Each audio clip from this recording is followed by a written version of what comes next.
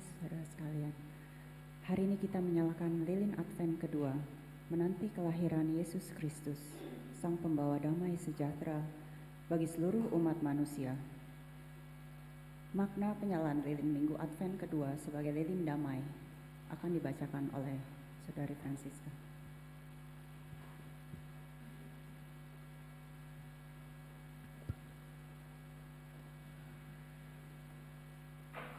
Dengan menyalakan lilin Advent damai, kita mengingat bagaimana penantian Simon dan Hana akan penggenapan akan janji Tuhan bahwa ia tidak akan mati sampai ia berjumpa dengan Mesias Sang Damai.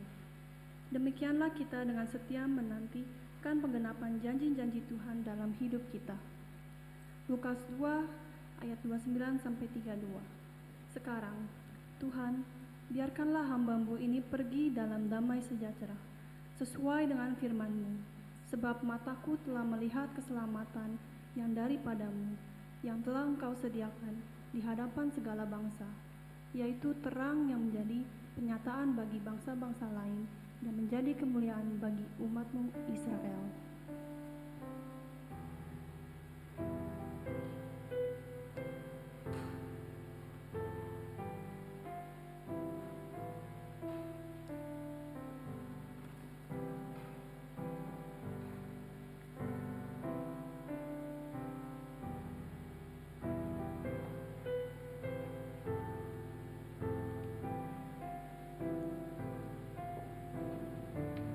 Jemaat, saya undang untuk bangkit berdiri.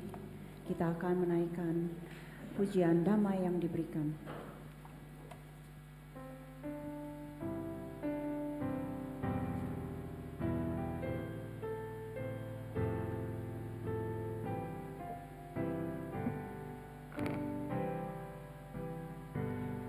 Damai yang diberiku bukan dunia yang beri, damai yang di dalam hati.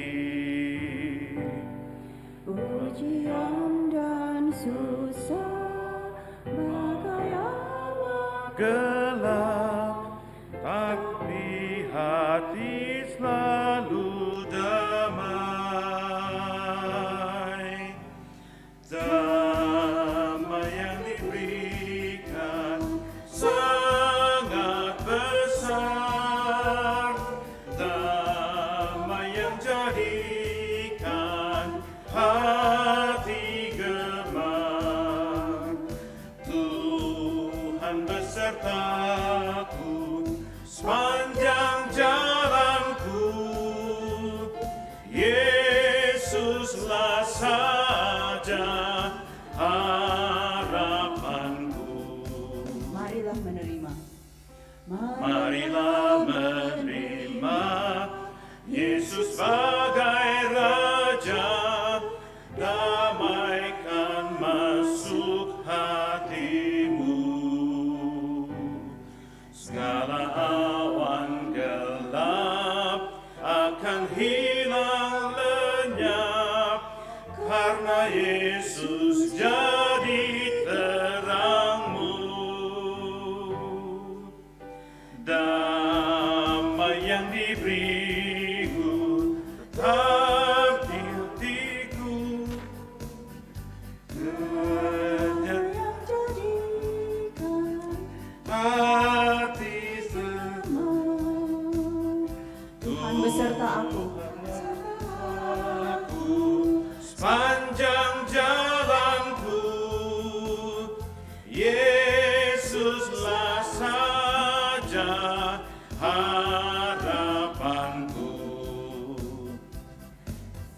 Damai yang Diberiku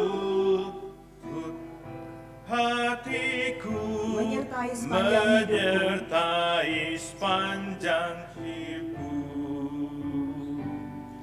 Tuhan akan datang sambut kita semua, tinggal di surga sana.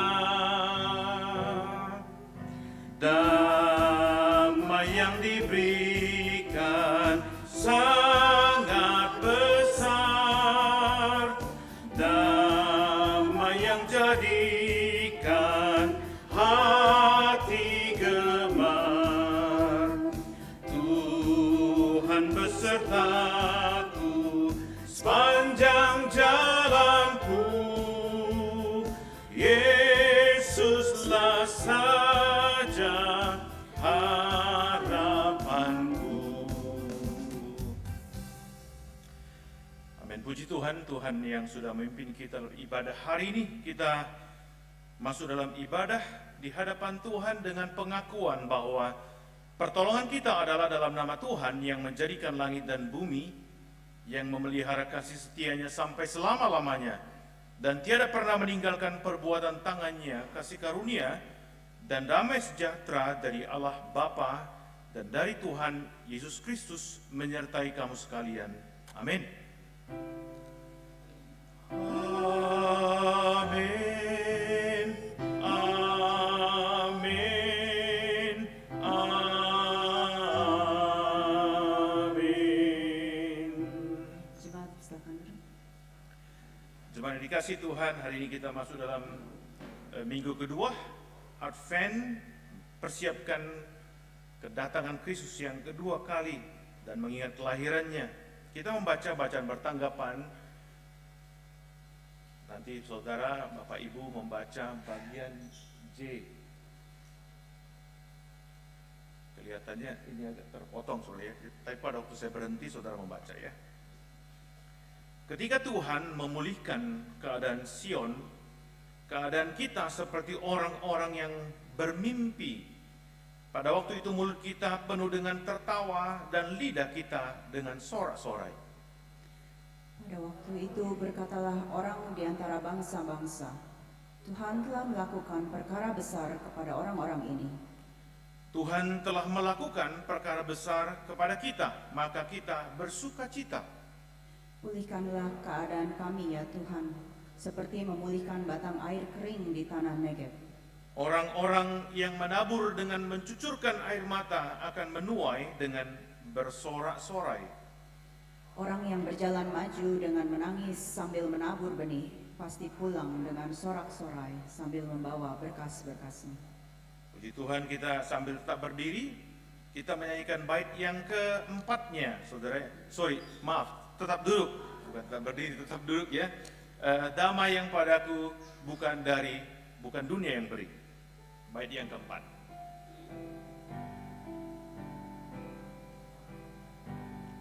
Damai yang padaku bukan dunia yang beri, damai yang di dalam hati. Ujian dan susah bagai awan gelap, tapi hatiku selalu damai. Damai yang diberikan sangat besar, damai yang jadikan hati gemar. Tuhan besertaku sepanjang jalanku, Yesuslah saja harapanku.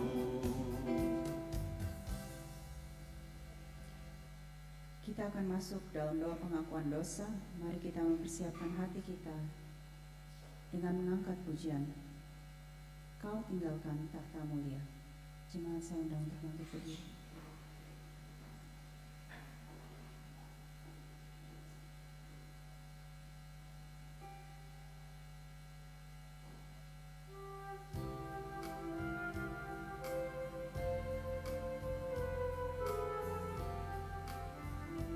Takhta mulia di tempat baka. Takhta mulia di tempat baka, Kau tinggalkan ya Tuhanku. Tapi tiadalah tempat yang lega menjelang kehadiran-Mu. Hatiku Tuhan Yesus, jadikanlah rumahmu. Langit bergetar, Langit bergetar, kidung terdengar, menyebut kebesaran-Mu. Tapi adakah yang lebih rendah daripada palungan-Mu? Hatiku ya Tuhan Yesus, jadikanlah rumah-Mu.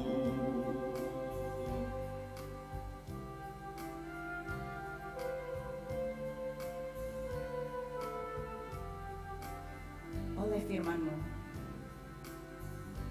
oleh firman-Mu yang kekal teguh, Kau bebaskan manusia. Tapi hanyalah siksa dan cerca Kau terima di dunia. Salib-Mu ya Tuhan Yesus, tempat perlindunganku. jemaat kami silakan duduk. Jemaat sekalian, Tuhan Yesus, Putra Allah itu meninggalkan sorga, datang menebus saya dan saudara, orang-orang berdosa yang sesungguhnya layak dimurkai Tuhan, yang tidak layak mendapatkan kebaikan anugerah Tuhan, namun Dia datang untuk mengasihi saya dan saudara, menebus kita dari dosa-dosa kita. Saat seperti ini, Tuhan kalau mengingatkan kita ada dosa yang belum selesai di hadapan Tuhan, membuat kita masuk rumah Tuhan dengan gelisah, kita ingin memuji Tuhan, namun Tuhan ingatkan lagi dosa itu yang belum beres di hadapan Tuhan. Tuhan sebenarnya mau kita mengaku dosa kita di hadapan dengan tulus, dengan sungguh-sungguh. Mari saudara 1-2 menit berdoa secara pribadi di hadapan Tuhan. Katakan, Tuhan ampuni aku, Tuhan sucikan aku. Firman Tuhan berkata, Yohanes 3 ayat 19-20.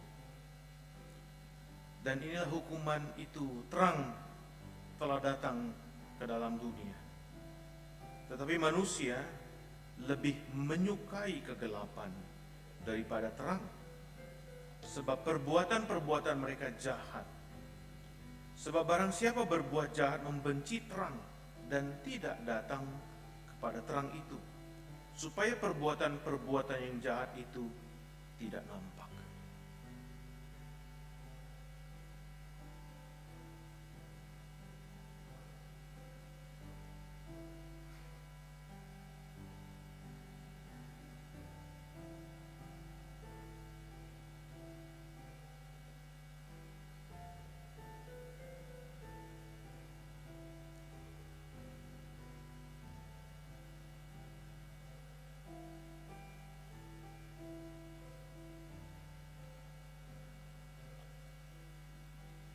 Tuhan, Engkau yang mendengarkan seruan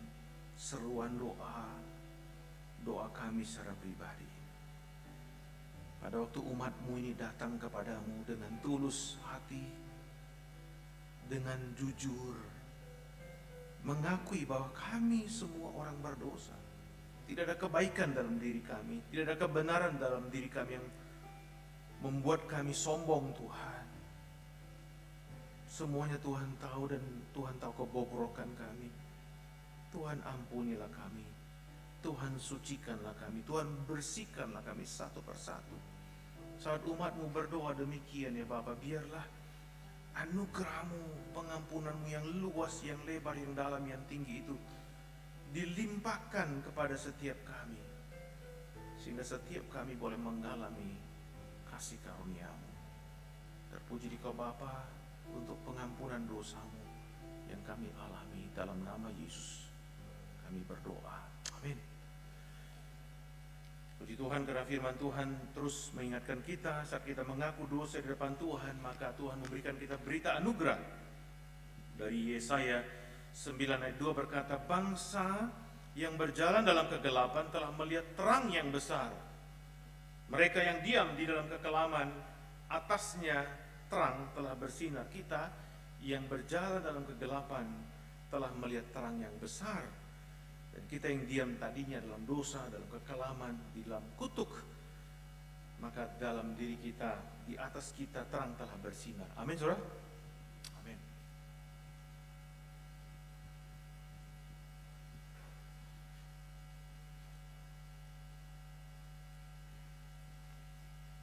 Pujian respon anugerah, akulah dia yang menghapus dosa pemberontakanmu, oleh karena aku sendiri, dan aku tidak mengingat-ingat dosamu.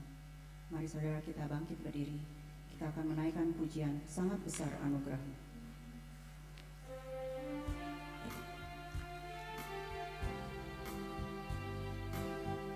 Sangat besar anugerah-Mu. Sangat besar anugerah-Mu, memberi aku selamat.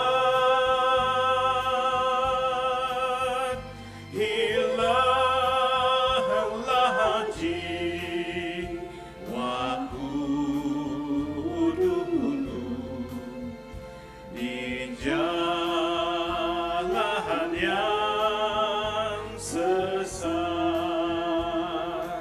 Berjanjilah Tuhan, berjanjilah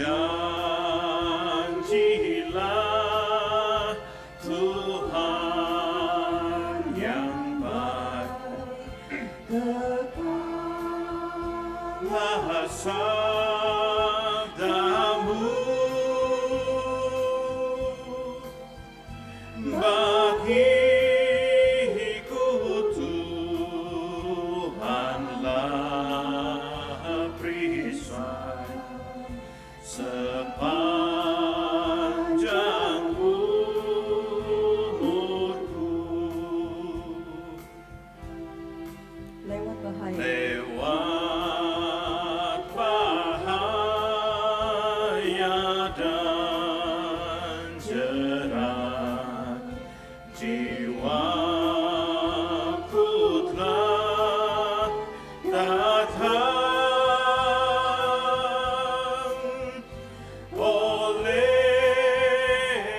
anugerah-Mu selamat, dan jiwaku senang. ya Tuhan, Ya Tuhan, bila hamba-Mu ajalnya telah dekat, anugerah-Mu itu memberi sentosa dan suka. jemaat silakan duduk. Saya mengundang Cendra untuk memberikan persembahan pujian.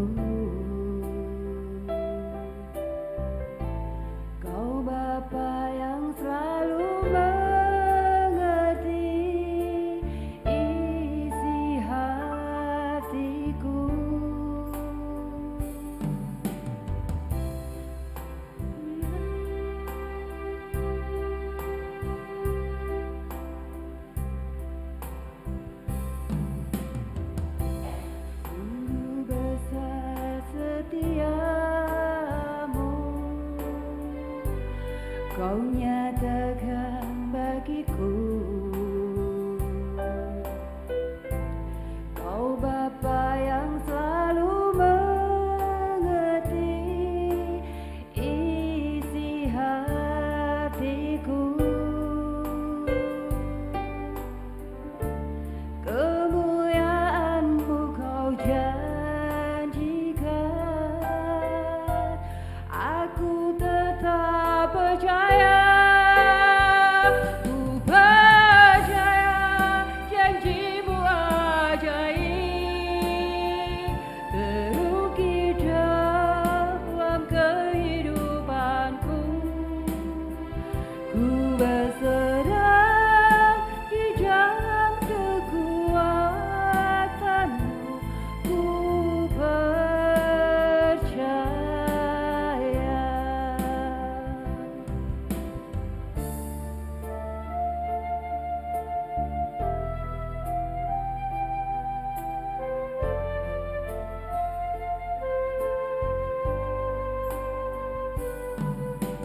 Sungguh besar setia-Mu, Kau nyatakan bagiku. Kau Bapa yang selalu mengerti isi hatiku. Kemuliaan-Mu Kau janjikan, aku tetap percaya. Ku percaya janji-Mu ajaib terukir dalam kehidupanku. Ku berserah di dalam kekuatan-Mu.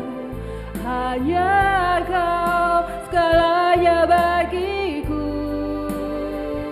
Ku percaya janji-Mu ajaib terukir dalam kehidupanku. Ku berserah di dalam kekuatan-Mu. Ku percaya. Ku berserah di dalam kekuatan-Mu. Ku percaya. Ku percaya.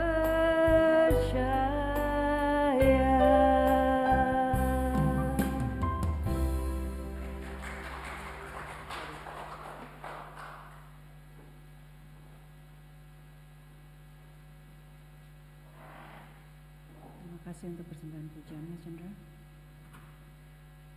Saya mengundang untuk Ibu Liana untuk pembacaan Alkitab.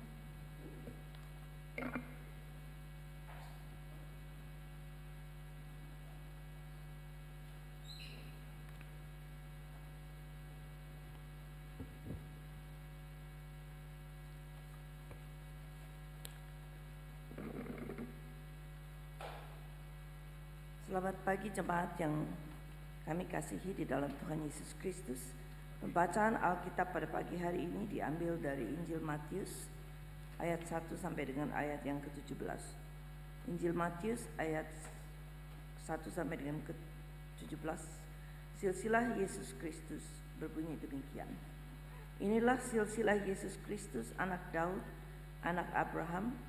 Abraham memperanakan Ishak, Ishak memperanakan Yakub, Yakub memperanakan Yehuda dan saudara-saudaranya. Yehuda memperanakan Peres dan Zerah dari Tamar. Peres memperanakan Hezron, Hezron memperanakan Ram, Ram memperanakan Aminadab, Aminadab memperanakan Nahason, Nahason memperanakan Salmon, Salmon memperanakan Boas dari Rahab, Boas memperanakan Obed dari Rut, Obed memperanakan Isai, Isai memperanakan Raja Daud, Daud memperanakan Salomo dari istri Uria. Salomo memperanakan Rehabim. Rehabim memperanakan Abia. Abia memperanakan Asa. Asa memperanakan Yosafat. Yosafat memperanakan Yoram. Yoram memperanakan Uzia. Uzia memperanakan Yotam. Yotam memperanakan Ahas. Ahas memperanakan Hizkia. Hizkia memperanakan Manasya. Manasya memperanakan Amon. Amon memperanakan Yosia. Yosia memperanakan Yekonya dan saudara-saudaranya pada waktu pembuangan ke Babel. Sesudah pembuangan ke Babel, Yekonya memperanakan Siltil. Siltil memperanakan Babel. Siltil memperanakan Zerubabel. Zerubabel memperanakan Abihud. Abihud memperanakan Eliakim. Eliakim memperanakan Azor. Azor memperanakan Zadok. Zadok memperanakan Akim. Akim memperanakan Eliud. Dan Eliud memperanakan Elizar. Elizar memperanakan Matan. Dan Matan memperanakan Yakub. Yakub memperanakan Yusuf, suami Maria, yang melahirkan Yesus yang disebut Kristus. Jadi seluruhnya ada 14 keturunan dari Abraham sampai Daud, 14 keturunan dari Daud sampai pembuangan ke Babel, dan 14 keturunan dari pembuangan ke Babel sampai Kristus. Berbahagialah mereka yang mendengar, membaca, dan melakukan firman Tuhan dalam kehidupan sehari-hari. Amin.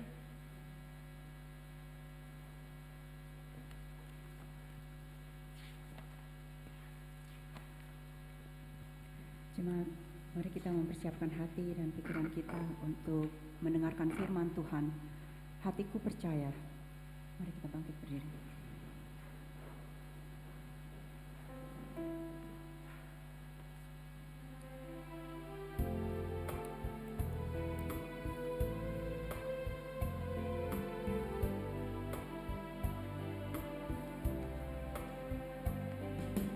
Saat ku tak melihat jalanmu, saat ku tak mengerti rencanamu, namun tetap ku pegang janjimu. Pengharapanku hanya padamu, hatiku percaya. Hatiku percaya, hatiku percaya, selalu ku percaya. Saat ku tak melihat, Saat ku tak melihat jalanmu, saat ku tak mengerti saat rencanamu, ku tak mengerti rencanamu, namun ku tetap pegang janjimu. namun tetap ku pegang janjimu. Pengharapanku hanya padamu, hatiku percaya, hatiku percaya, hatiku percaya, selalu ku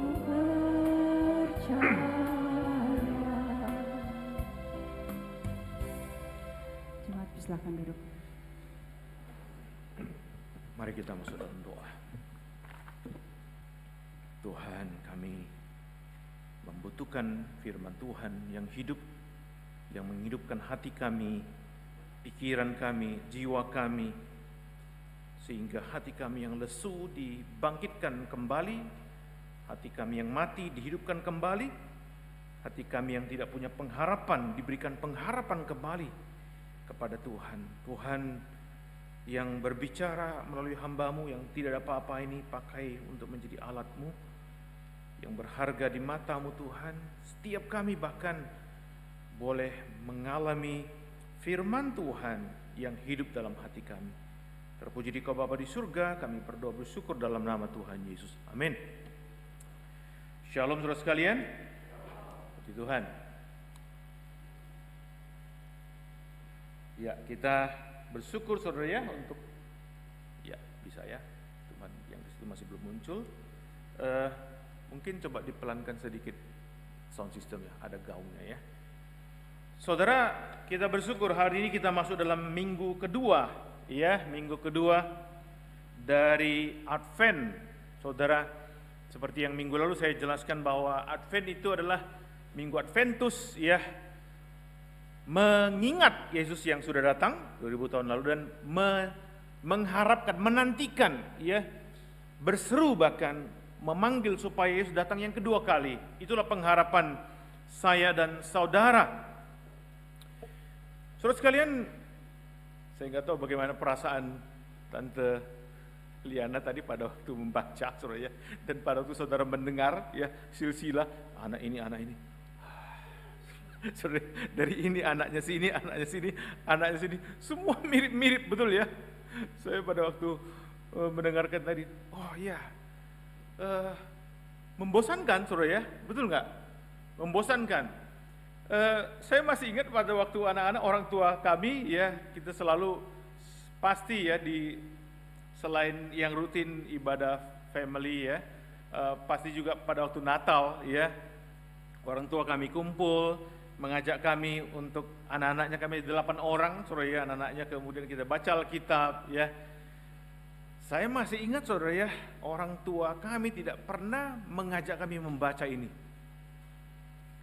silsilah ini saudara ya, pasti membosankan saudara ya. Dan mereka tahu itu sehingga apa? Udah, kita pasti membacanya dari mana? Dari Matius pertengahan saudara ya, kelahiran Yesus Kristus.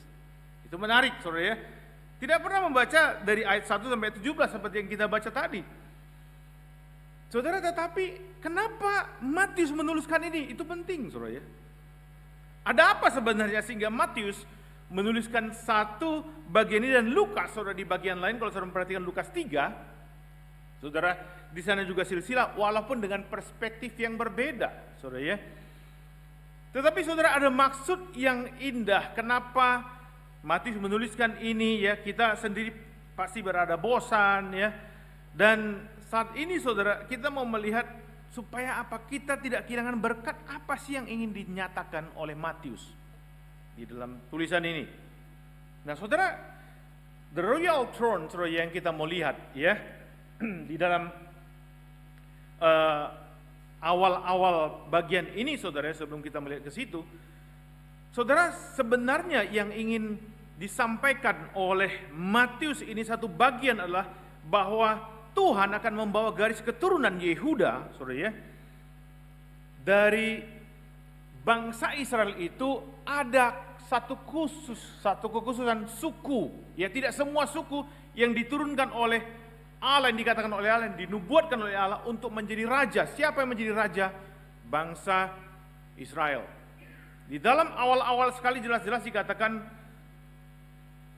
keturunan Yehuda, tapi minggu lalu kita sudah bahas saudara ya. Ada kutukan yang terjadi dalam keturunan Yehuda sampai 10 keturunan saudara ya. Dan baru David di sana Daud saudara ya. Tetapi saudara, istilah the Lion of Judah saudara ya, itu sudah ada dari awal-awal ya. Dan itu nubuatan yang jelas sekali menunjuk kepada siapa? Kepada ini dari Yehuda ya, dari Judah, dinasti Daud. Nah saudara, pada waktu Daud diangkat dan dipilih Tuhan menjadi raja, Allah berkata bahwa apa? Bahwa dari Daudlah turun terus menerus raja. Sehingga saudara, pada waktu dilihat silsilahnya jelas turunan siapa ini, suku siapa ini. Nah saudara, kerajaan Daud itu nyambung dengan kerajaan Kristus. Saudara, ini agak rada ngelompat sebenarnya ya. Karena apa? Yesus itu anak Daud ya. Yesus itu raja kekal, tapi Daud itu raja dunia, betul nggak?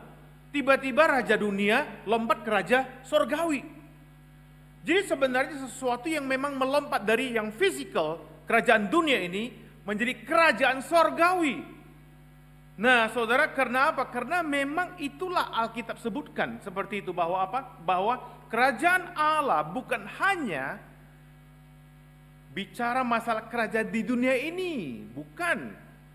Pada waktu Yesus datang, sebelum Yesus datang, Allah sudah membentuk dulu kerajaannya, gambaran kerajaan Israel, ya. Sebagai Israel rohani harusnya, saudara ya. Israel yang fisik itu, Israel yang di sana, ya, di Timur Tengah sana, menggambarkan kerajaan rohani. Tapi akhirnya kan memang tidak itu, ya gagal kerajaan ini. Kemudian apa? Kemudian Tuhan buang, saudara. Dan akhirnya apa? Tuhan memulihkan kerajaan itu kembali ke Israel. Tetapi apa? Dengan penantian yang cukup lama, 400 tahun, seperti yang saya katakan minggu lalu, saudara ya. Dan pada waktu setelah 400 tahun, Yesus datang. Dan Yesus datang bukan untuk mengokohkan lagi kerajaan dunia. Ini yang disalah konsep sama orang Yahudi. Itu sebabnya orang Yahudi menganggap apa? Oh, Mesias datang, mari kita jadikan dia raja. Saudara, nangkap poin itu ya. Mari kita jadikan dia raja. Mereka berduyun-duyun membawa Yesus ke Yerusalem, bersorak-sorai.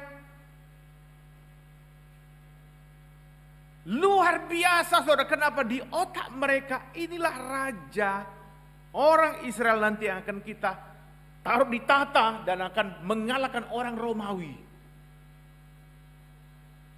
Saudara, sama sekali berbeda dengan apa yang direncanakan Tuhan.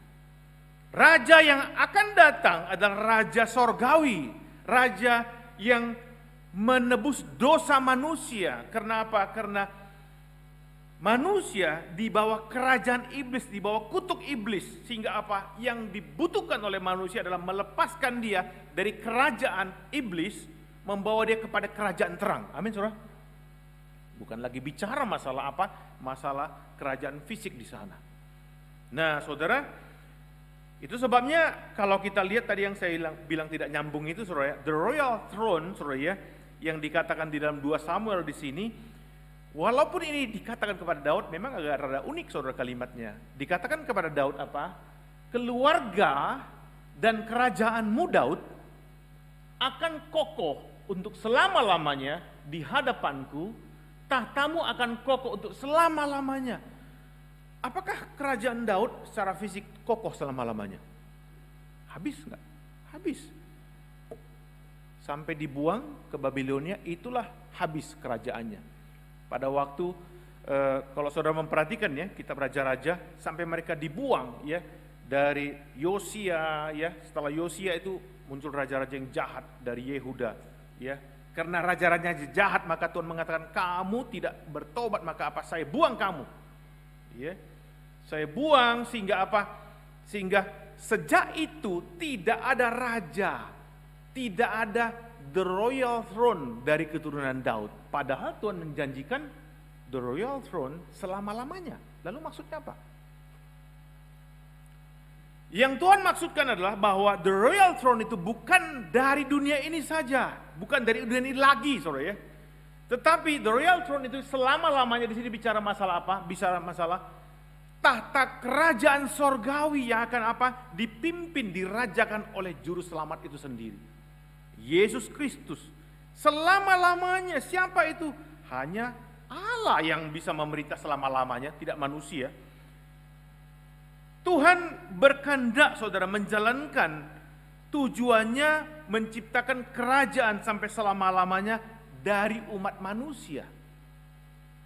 Dari orang-orang berdosa terlebih dahulu, pertama kali berdaulat menyampaikan janjinya itu, walaupun saudara, tadi kita sudah baca, ya, si Tante Diana membacakannya, sudah memperhatikan di sana. Ada 4 nama, saudara, yang mengganggu kita, yang nanti kita bahas. 4 nama yang mengganggu kita, yang Tuhan percayakan sebagai keturunan raja, yang menjadi raja bangsa Israel, yang kita teladani, saudara ya. Saudara, kalau kita pikir-pikir, apakah mungkin, saudara ya, bahwa Tuhan bisa menurunkan raja dari Tamar, si pelacur itu? Apakah mungkin Mesias akan turun dari Rahab, si pelacur itu? Apakah mungkin Mesias turun dari istri Uria, Batseba, saudara ya, orang yang selingkuh itu dengan Daud? Saudara kalau memperhatikan di sini, saudara, dan sebelumnya Rut orang apa, saudara, yang kita sudah bahas tahun lalu, orang Moab. Orang Moab, bukan hanya Rutnya doang, bangsa Moab itu bangsa yang muncul dari incest itu, saudara ya, dari anak haram. Yang 10 generasi mereka tidak akan pernah beribadah kepada Tuhan.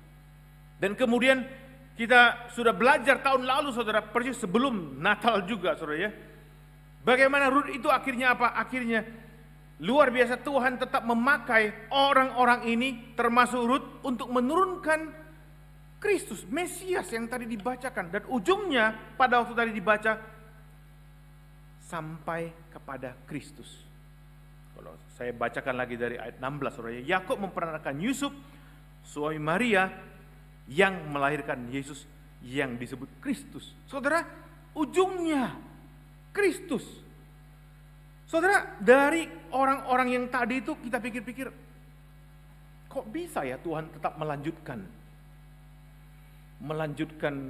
apa rencananya dari orang-orang yang tidak layak ini, orang-orang berdosa ini. Apakah dosa-dosa tidak menggagalkan rencana Tuhan? Ini yang luar biasa, saudara ya.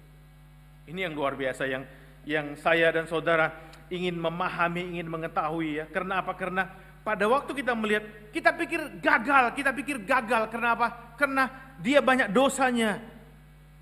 Dia dari keturunan pelacur, saudara ya.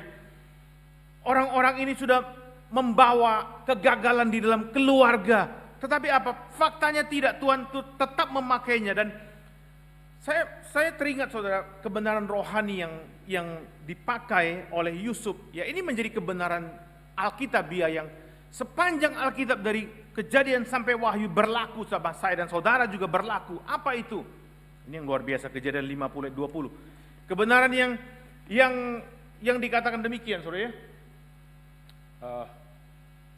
Memang kamu telah mereka-rekakan yang jahat terhadap aku, tetapi Allah telah mereka-rekakannya untuk kebaikan. Artinya apa, saudara?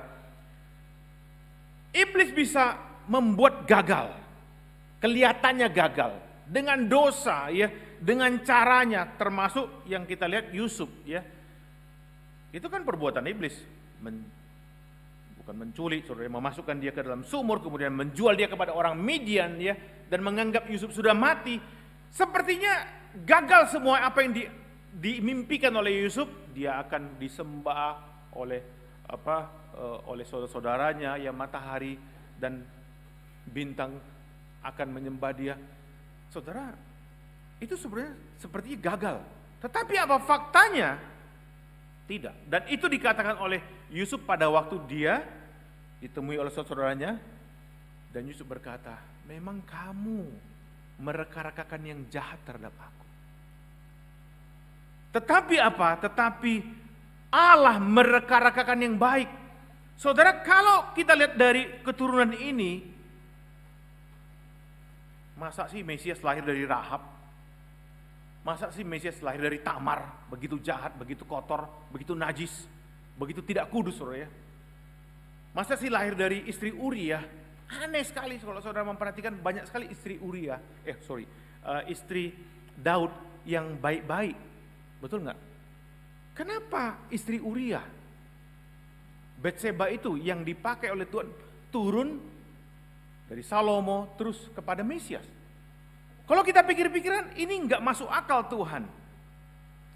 Sehingga apa? Sehingga kalimat ini juga dipakai oleh Paulus, saudara ya, di dalam Perjanjian Baru, mirip-mirip dengan kalimat ini. Jadi ujian, cobaan, tantangan, dosa, ya, apapun itu yang mencoba menggagalkan rencana Kristus ke depan, tetapi pada waktu Allah bekerja di dalamnya, semuanya mendatangkan kebaikan baginya.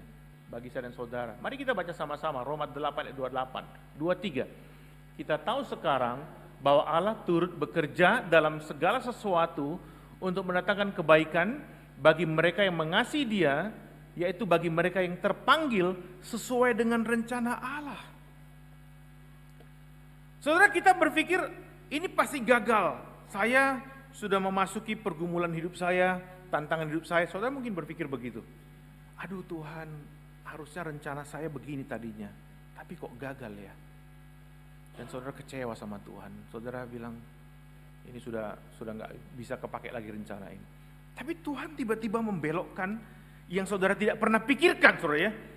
Yang tidak pernah terbersit dalam hatimu, dalam rencanamu, tiba-tiba Tuhan buat sedemikian rupa, dan kegagalan yang tadinya itu, yang kamu anggap gagal itu, tiba-tiba dari sana muncul kebenaran dan kesuksesan hidupmu. Saudara, ini yang terjadi dengan siapa? Dengan orang-orang ini pada waktu apa? Pada waktu kita melihat dia, melihat Rahab, melihat istri Uria, melihat Tamar, saudara ya, melihat Ruth. Saudara, apa pentingnya sih si Matius menulis ini di sini? Untuk apa saya tahu dan saudara tahu? Untuk apa Matius menuliskan ini? Ini kan satu aib, betul enggak? Aib. Pada waktu saudara menulis silsilahmu, Gunung Maston, pendeta, punya anak, Gian Fani, perampok. Saudara tulis begitu. Misalnya dia perampok. Kemudian dari Gian Fani turun Michael misalnya, seorang insinyur. Saudara senang menulis yang namanya insinyur, dokter, atau pejabat negara.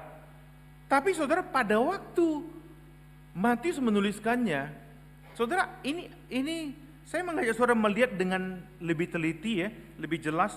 Saudara, kalimat-kalimat yang dikatakan oleh Matius ini, Yehuda memperanakan Peres dan Zerah dari Tamar, ada catatan kakinya. Kenapa tidak langsung dituliskan Yehuda memperanakan Peres, Peres memperanakan Hezron seperti sebelumnya? Ya, kemudian Hezron memperanakan Ram. Langsung saudara lompat seperti itu kepada anak berikutnya. Tapi ini ada catatan kakinya. Yehuda memperanakan Peres dari Tamar. Saudara, sepertinya Matius ingin mengatakan, kamu ingat Tamar siapa? Pelacur. Saudara, itu lompat saudara ya. Ram memperanakan Aminadab, Aminadab memperanakan Nason. Terus seperti itu biasanya ya. Kemudian Salmon. Saudara, pada waktu dikatakan Salmon memperanakan Boas, tidak langsung dikatakan begini, Boas memperanakan Obed. Tidak. Tapi dikatakan begini, Salmon memperanakan Boas dari Rahab. Saudara, pelan-pelan menangkap ya. Apa yang ingin ditekankan sama Matius?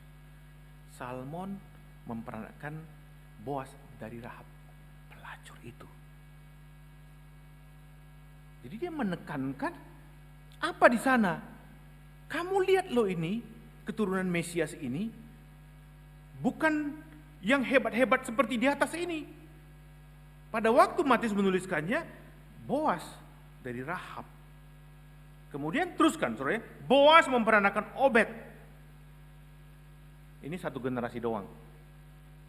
Tapi dikatakan apa? Dari Ruth. Ingin menegaskan apa? Ruth, kamu tahu siapa? Itu menurut Matius ini Matius ditulis sama orang-orang Yahudi, saudara. Sama pendengar Yahudi. Saudara, pada waktu Matius menuliskan ini, Boas memperanakan Obed dari Ruth. Ingin mengingatkan begini, kamu tahu siapa Ruth? Ruth itu orang Moab. Hasil dari apa? Incest. Lot incest dengan anaknya, putri-putrinya, dapat 2 anak. Siapa saudara? Moab dan Amon. 2 bangsa ini saudara, bangsa keturunan incest. Dan bangsa yang mau dimusnahkan Tuhan. Saudara, menggelitik sekali apa yang dituliskan Matius. Dan ini pada waktu kita merenungkan ini, Tuhan, apa yang Tuhan mau sebenarnya yang kami ingin tahu dari silsilah ini. Dari Ruth, kemudian Obed memperanakan Isai. Nah lanjut saudara, Isai memperanakan Raja Daud. Daud memperanakan Salomo, dikasih lagi catatan kaki oleh siapa? Oleh penulis Matius, dari istri Uria. Siapa istri Uria? Istri Uria Batseba yang selingkuh dengan Daud. Dan hasil perselingkuhannya meninggal. Betul ya? Tapi luar biasa saudara, anugerah Tuhan itu berlimpah kepada orang-orang ini. Kenapa? Hasil perselingkuhan dia meninggal, tapi anak yang berikutnya dari Batseba, Salomo, menjadi nenek moyangnya Mesias. Luar biasa enggak itu? Ini luar biasa saudara, sehingga apa? Sehingga pada waktu saya membaca ini, merenungkan ini, Tuhan begitu ajaib karyamu ya.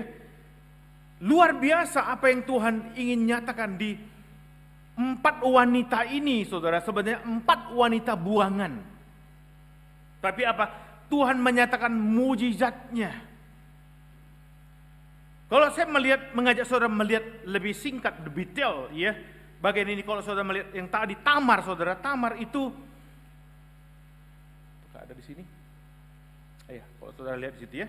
Tamar, saudara, dia jelas-jelas di Alkitab dikatakan ini seorang yang ya pelacur lah begitu ya, melacurkan dirinya kepada mertuanya, bahkan saudara ini menipu, membohongi mertuanya, menutupi dirinya bahwa dia tahu kan itu mertuanya. Tapi apa? Dia godain mertuanya. Dia buat dia seperti pelacur sama mertuanya. Saudara, kemudian apa yang terjadi pada waktu kita melihat bagian-bagian ini, si Tamar ini saudara, Allah tetap mengasihi dia walaupun kita tidak tahu akhir hidup Tamar seperti apa, saudara ya. Enggak ada catatan Alkitab. Tapi saudara, ini seperti alat peraga. Ya, seperti alat peraga bagi saya dan saudara yang dituliskan Matius ini loh, Tamar. Contoh betapa manusia sungguh rapuh dan berdosa, saya dan saudara. Betapa manusia sungguh rapuh dan berdosa sama seperti Tamar. Saudara, saya ingin mengajak saudara identify yourself with Tamar. Saudara ya. Sehingga apa? Sehingga kita bisa mengalami, Tuhan, anugerah-Mu itu besar bagi saya. Amin saudara. Saya sebenarnya seperti Tamar, orang berdosa yang tidak layak mengalami anugerah Tuhan. Tapi Tamar mengalami anugerah Tuhan yang luar biasa. Kita rapuh, dan dengan alasan yang kuat ini saudara, Matius sungguh-sungguh mengingatkan pembacanya pada waktu itu bahwa bila nenek moyang Yesus saja ada yang terlibat dalam pelacuran, dalam penipuan, dan Allah tetap meneruskan silsilahnya melalui Tamar, maka apa yang saudara tangkap tentang Allah seperti itu? Allah yang penuh anugerah. Amin saudara. Amin. Amin. Allah yang penuh anugerah walaupun dia tidak menutupi dosa. Tapi apa? Dia tahu kita lemah. Dia tahu kita banyak dosanya. Saudara, kalau kita melihat yang kedua, Rahab ini saudara ya. Ini mungkin nama yang lebih familiar bagi kita. Rahab ya. Sekolah minggu juga sudah mendengar cerita Rahab.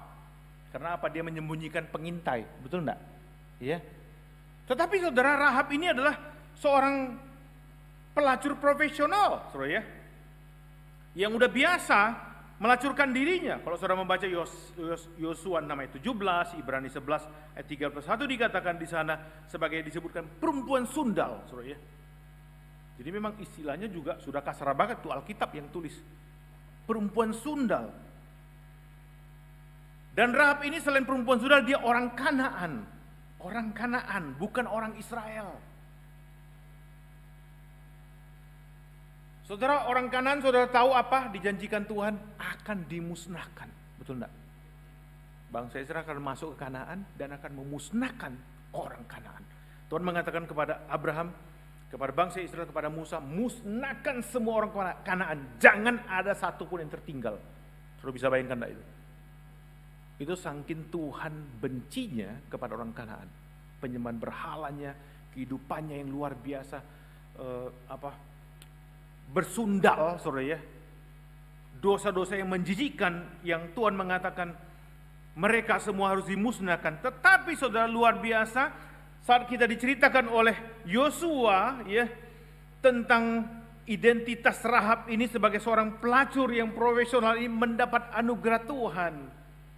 Saudara, luar biasa. Kenapa? Karena dikatakan dia berbohong. Berbohong apa? Dia berbohong melindungi pengintai Israel. Ya, kadang-kadang orang bertanya, boleh nggak sih Pak bohong? Bohong demi kebenaran? Boleh nggak? Saudara, ini menggelitik ya. Satu tema lain, saudara ya. Ini bohong, saudara ya. Dia membohongi siapa? Orang jahat itu. Saudara, ada prinsip kebenaran di atas kebenaran. Ya. Jadi kebenaran yang lebih prinsipil kamu harus pegang. Ya. Nah, di sini dikatakan, saudara, kalau kamu menjaga kami, tidak memberitahu kami, itu pengintai itu ya, 2 pengintai yang masuk ke Yeriko itu kemudian masuk diam-diam menyelidiki Yeriko untuk memusnahkannya. Dan perempuan ini saudara menolong mereka. Dan saudara, Rahab membantu dan kemudian 2 orang itu mengatakan begini, kalau kamu menolong kami, maka nyawamu dan nyawa keluargamu seisi rumahmu akan selamat. Saudara, luar biasa itu. Ya. Dan saudara tahu bahwa apa? Rahab ini akhirnya tinggal di tengah-tengah bangsa Israel. Yang uniknya saudara, saya sendiri baru ngeh, ya, baru ngeh dengan jelas bahwa apa? Rahab ini menikah dengan Salmon, dan Salmon ini bapaknya siapa? Bapaknya Boas yang kita bahas tahun lalu.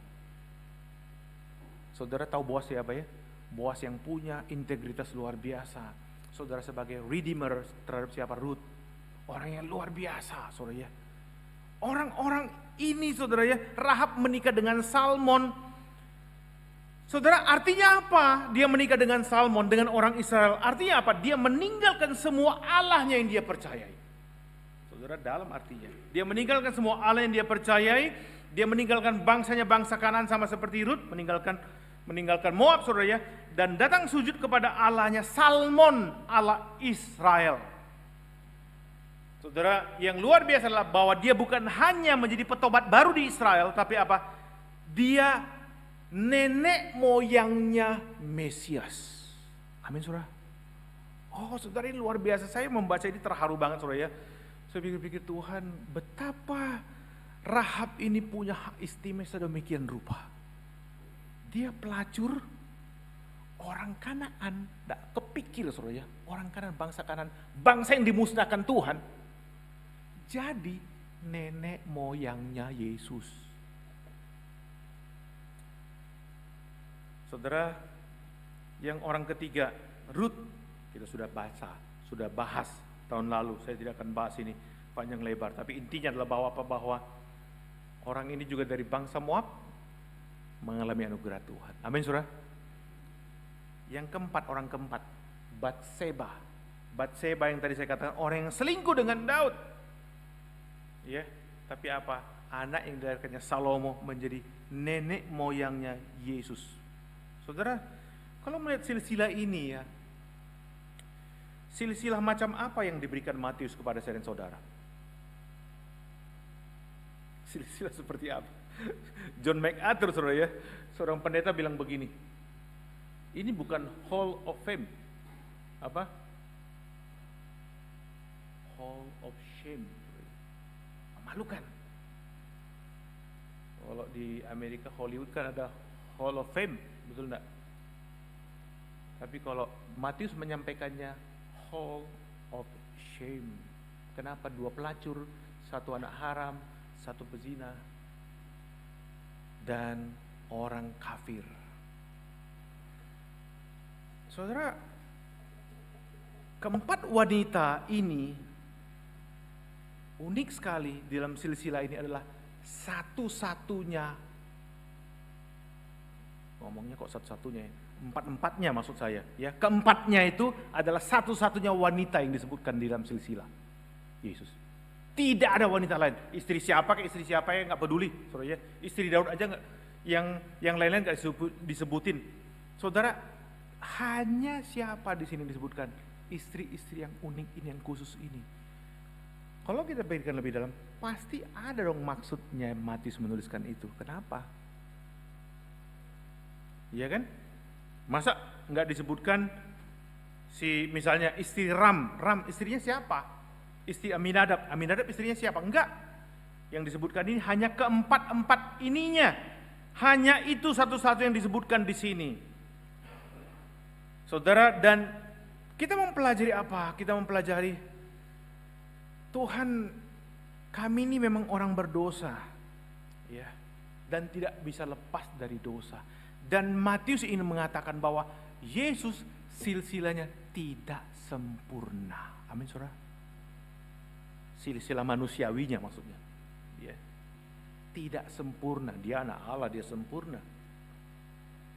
Tetapi saudara, apa yang saudara pelajari dalam Alkitab adalah Yesus sendiri pun mengidentifikasi dirinya menjadi manusia berdosa. Amin, saudara. Betul. Dia bersedia menanggung dosa-dosa saya dan saudara. Matius tidak malu saudara menuliskan silsilah ini. Dia seolah-olah tidak mau menyembunyikan ini aib di dalam keturunan Mesias. Maka apa? Kita sembunyikan, memalukan. Tidak, saudara ya.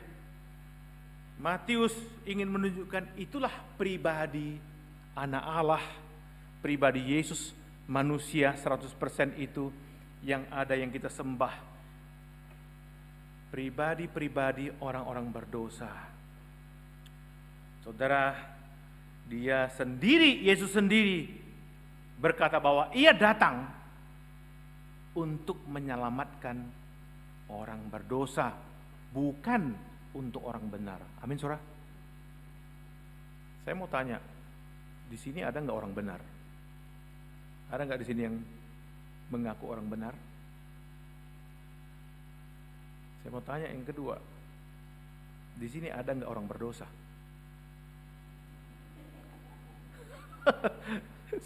Saudara pasti dengan senyum mengatakan saya berdosa Tuhan, amin. Kalau saudara mengatakan saudara orang benar, maka apa?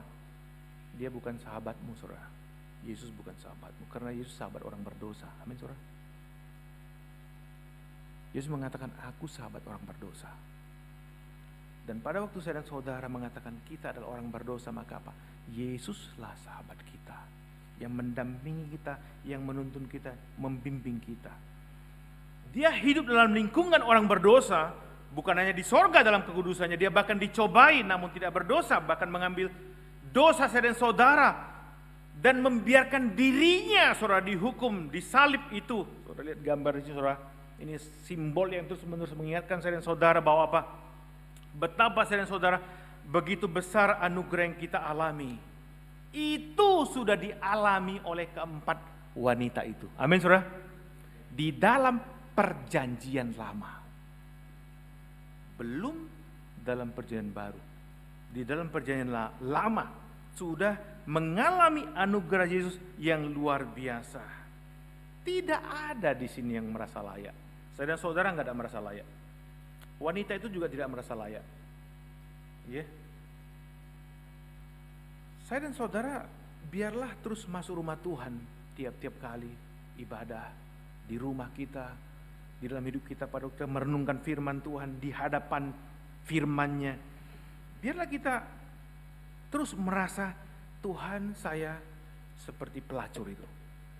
Saya seperti Rahab. Saya seperti Tamar.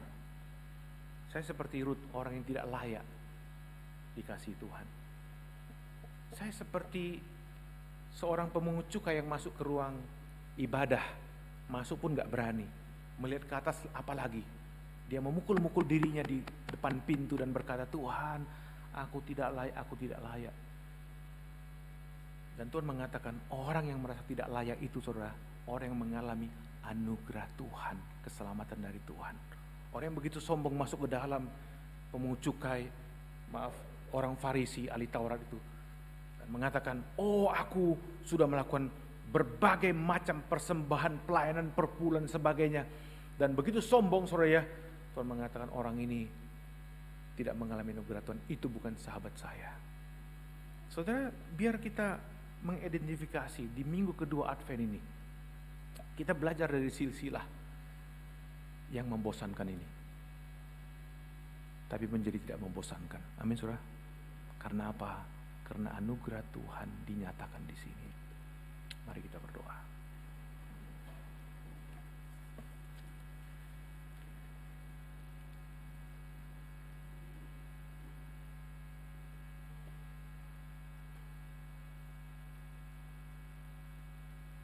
Tuhan, seperti pujian yang tadi kami nyanyikan,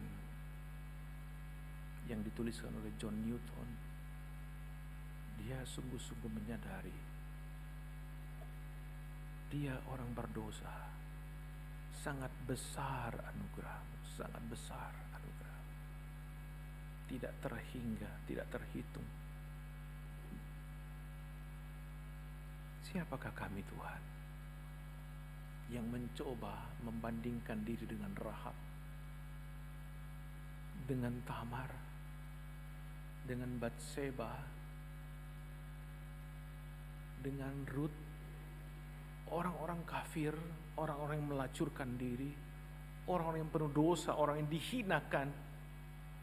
Namun Tuhan ambil mereka, bahkan menjadi nenek moyang Yesus dalam dunia ini, ya Bapa. Oh Tuhan, tolong kami ya Bapa, supaya kami sebagai orang-orang percaya yang Tuhan sudah kasihi, yang sudah Tuhan ambil menjadi anak-Mu, kami menyadari betapa kami ini sebenarnya tidak artinya debu yang hanya layak dimurkai Tuhan, yang hanya layak dibinasakan Tuhan, dimatikan oleh Tuhan.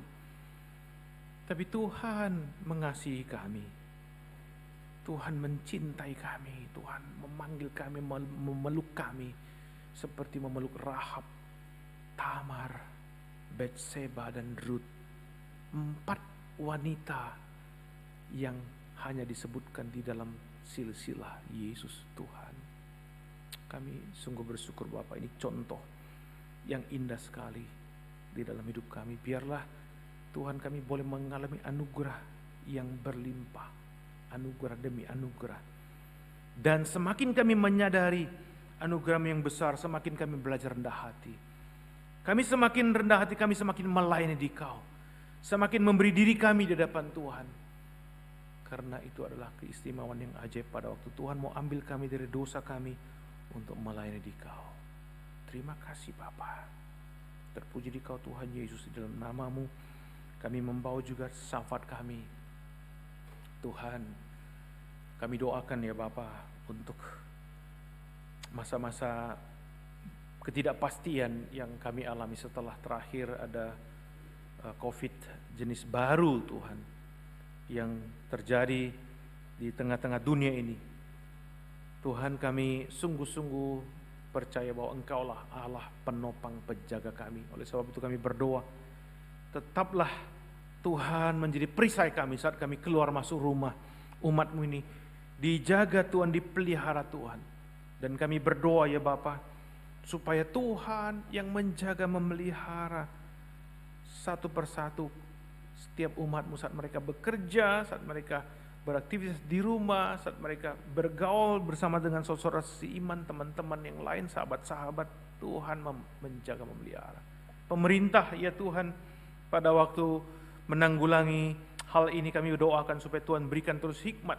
Scott Morrison bersama jajarannya, Tuhan bersama dengan Dominic juga dalam jajarannya di pemerintahan New South Wales dan semua stage yang ada, kami berdoa supaya Tuhan beri mereka hikmat anugerah-Mu, takut akan Tuhan, mengandalkan Tuhan, jauhkan dari kesombongan, jauhkan dari kemampuan, dari kehebatan diri sendiri ya Bapa. Demikian juga kami berdoa untuk pemerintah Indonesia, Pak Jokowi bersama seluruh jajarannya. Engkau juga tetap menjaga dan memelihara mereka. Dan Tuhan tolong Bapak supaya masih banyak keluarga kami di Indonesia, Engkau juga yang memelihara, menjaga hati mereka, jiwa mereka, hidup mereka, keluar masuk rumah dan pekerjaan aktivitas mereka dilindungi Tuhan. Dan kami doakan ya Bapak, pemerintah Jokowi dan seluruh pemerintah daerah, di dalam menanggulangi pergumulan-pergumulan yang terus berkelanjutan. Tuhan topang, Tuhan nyatakan bijaksanamu. Kami berdoa secara khusus kalau ada orang Kristen, orang percaya di sana yang takut sama Tuhan, jadikan mereka saksi di tengah-tengah pemerintahan bangsa Indonesia. Terima kasih Bapa, kami membawa ya Tuhan untuk persiapan-persiapan Natal kami. Mohon Tuhan tolong kami dalam latihan-latihan yang dikerjakan. Juga hari ini Tuhan Engkau yang pimpin sertai. Juga dalam persiapan-persiapan untuk Natal 24, 25, 31. Dalam menutup tahun kami juga membawa ke dalam tangan Dikau. Kami terlebih berdoa untuk jiwa-jiwa yang akan Tuhan utus. Baik saudara, keluarga, ataupun orang-orang yang baru sama sekali. Tuhan di sekitar kami ini. Atau sahabat-sahabat kami yang lain. Kami berdoa dalam nama Yesus Tuhan. Gerakkanlah kami untuk membawa jiwa-jiwa baru. Dan gerakkanlah jiwa-jiwa baru datang ke rumahmu. Karena di rumahmu ada firman Tuhan yang hidup. Ada Allah yang memerintah. Terima kasih Bapa, kami sungguh-sungguh bawa ke dalam tangan Tuhan. Bapa, terakhir kami terus doakan untuk seluruh jemaat-Mu. Apapun pergumulan jemaat-Mu ini, Tuhan topang. Pergumulan sakit penyakitkah, biarlah Allah yang maha baik yang terus menyertai. Pergumulan masalah pekerjaankah, Tuhan biarlah tangan-Mu yang penuh kasih menjamah, melawat, mengasihani.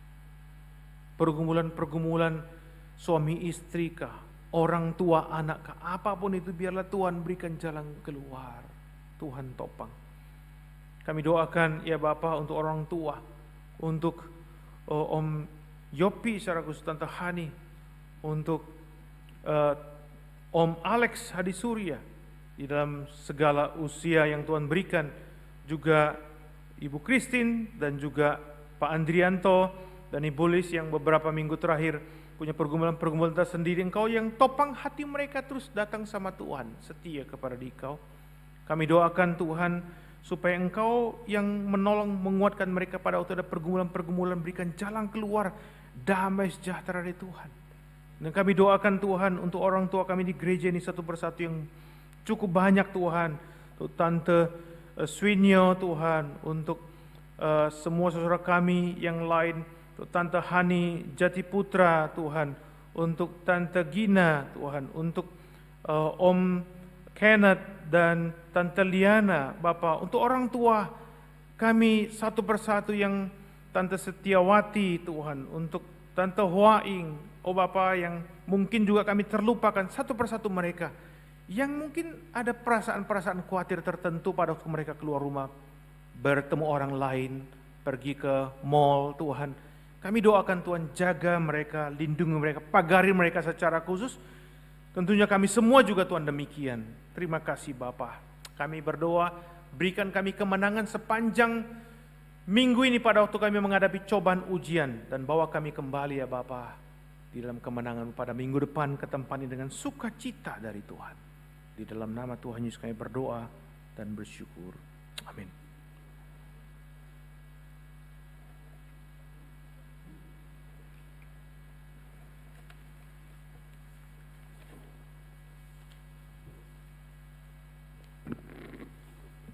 Saya undang jemaat untuk bangkit berdiri. Mari kita bersama-sama mengucapkan pengakuan iman rasuli kita yang berbunyi, Aku percaya kepada Allah, Bapa yang Maha Kuasa, Khalik langit dan bumi, dan kepada Yesus Kristus, Anaknya yang tunggal Tuhan kita, yang dikandung dari Roh Kudus, lahir dari anak darah Maria, yang menderita sengsara di bawah pemerintahan Pontius Pilatus, disalibkan, mati dan dikuburkan, turun ke dalam kerajaan maut, pada hari yang ketiga bangkit pula dari antara orang mati, naik ke sorga, duduk sebelah kanan Allah, Bapa yang Maha Kuasa, dan dari sana Ia akan datang untuk menghakimi orang yang hidup dan yang mati. Aku percaya kepada Roh Kudus, gereja yang kudus dan am, persekutuan orang kudus, dan hidup yang kekal. Amin. Silakan duduk kembali. Tibalah saatnya kita diberi kesempatan untuk memberikan persembahan yang terbaik dengan nats persembahan diambil dari Mazmur 4 ayat 6. yang berbunyi,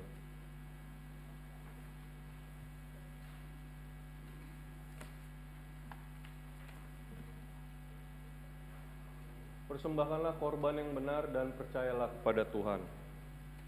Sambil kantong persembahan diedarkan, mari kita naikkan pujian Tuhan Kau Gembala kami.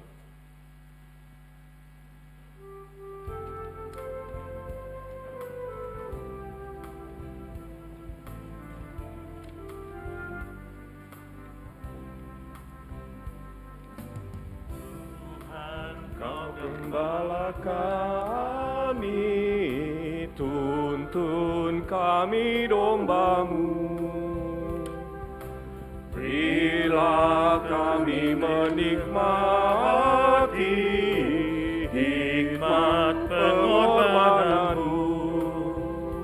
Tuhan Yesus, Juru Selamat, kami ini milik-Mu.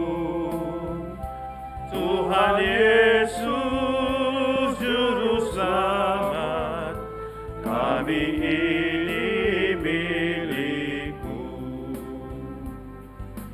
Kehendak-Mu kami cari, ingin turut maksud-Mu. Tuhan, isi hati kami dengan kasih-Mu penuh. Tuhan Yesus, Juru Selamat, tak terhingga kasih-Mu. Tuhan Yesus, Juru Selamat, tak terhingga kasih-Mu. Mari kita berdoa. Bapa kami yang di surga, Bapa yang penuh kasih, sumber kekuatan dan sumber pengharapan kami bersyukur Tuhan Engkau ada di tengah-tengah kami dengan segala kasih anugerah-Mu Tuhan. Engkau menyertai kami dalam setiap keluarga kami, dalam kehidupan kami, hari lepas hari. Tuhan, kami membawa persembahan yang terbaik yang telah kami kumpulkan. Tuhan, kuduskan dan sucikan Tuhan persembahan ini sehingga layak di hadapan-Mu. Dan berkatilah juga Tuhan persembahan ini untuk kemuliaan-Mu, untuk memperlebar kerajaan-Mu di surga, di dunia ini. Terima kasih Bapa di surga, dengarkanlah doa dan permohonan kami. Amin. Silakan duduk kembali. Majelis dan jemaat mengucapkan terima kasih kepada Pendeta Gunung Maston yang telah melayani di Indonesia Service pada hari ini, dan juga kepada Elders Yanto Sugi yang sedang melayani di English Service pada hari ini juga.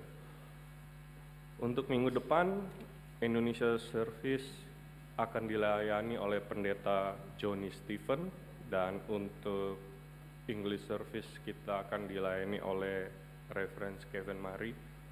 Mohon dukungan doa dari seluruh jemaat sehingga pelaksanaan kebaktian minggu depan dapat berjalan dengan lancar.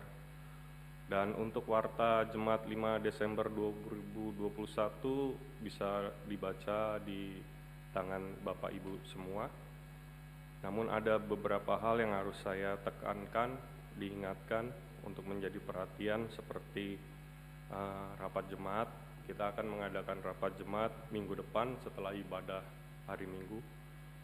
Dan juga untuk social event, diingatkan sekali lagi bahwa Panitia Natal telah mempersiapkan suatu agenda, yaitu untuk bakti sosial di sini ke Aloha Presbyterian Children Hospital, dengan rencana bahwa panitia akan memberikan kesempatan kepada jemaat untuk memberikan alat-alat peralatan mandi, terus peralatan dapur, chemical, semua itu ada di dalam warta.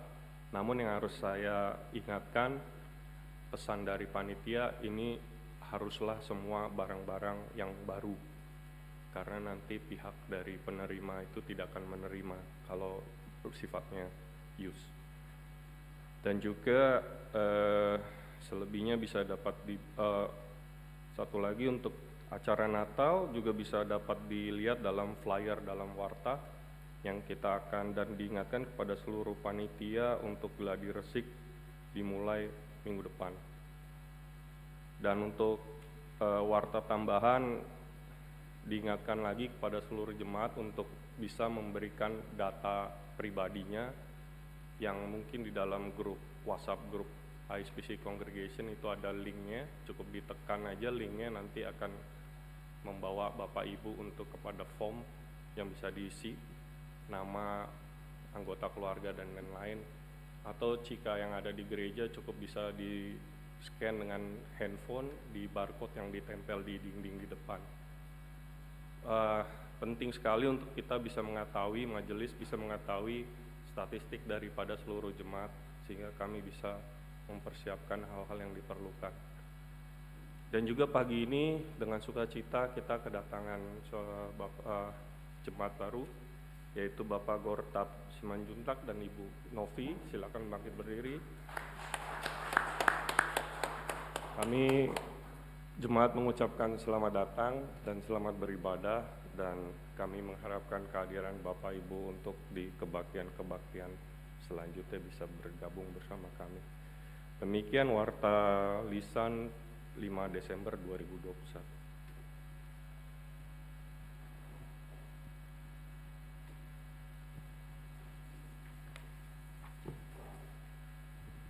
Jemaat, saya undang bangkit berdiri. Kita akan mengakhiri kebaktian dengan menaikkan pujian Sekarang Ku Milik Yesus. Tuhan Yesus mengasihi aku.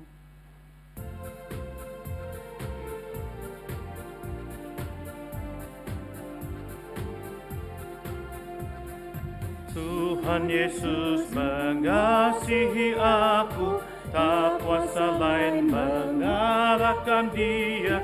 Yesus berkorban bagi aku, sekarang ku miliknya. Sekarang ku milik Yesus, Yesus pun milikku. Bukan untuk sementara, tapi selamanya. Dulu ku tersesat dalam dosa, Yesus datang menyelamatkan daku. Ku diangkatnya dari dosa, sekarang ku miliknya. Sekarang ku milik Yesus, Yesus pun milikku. Bukan untuk sementara, tapi selamanya. Sukacita memenuhi kalbu, karena Tuhan menebus jiwaku. Ku selamatlah oleh darahnya, sekarang ku miliknya. Sekarang ku milik Yesus, Yesus pun milikku. Bukan untuk sementara, tapi selamanya. Jemaat yang dikasihi Tuhan, hari ini kita boleh beribadah kepada Tuhan, memuji-muji Tuhan, merenungkan firman-Nya. Biarlah firman itu kita bawa pulang dalam kehidupan kita, dan kita praktekkan dalam kehidupan kita, menjadi saksinya di tengah-tengah dunia ini. Oleh sebab itu, saat ini kita akan diutus ke tengah-tengah dunia. Arahkanlah hatimu kepada Tuhan dan terimalah berkat-Nya. Kiranya kasih karunia dan damai sejahtera dari Tuhan kita Yesus Kristus, kasih dari Allah Bapa yang berlimpah tidak berkesudahan, penyertaan kekuatan, penghiburan dari Roh Kudus Allah Tritunggal ini menyertai saudara sekalian dari saat ini sampai selama-lamanya. Amin. Maranatha. Maranatha, Maranatha, Maranatha, Maranatha, Maranatha,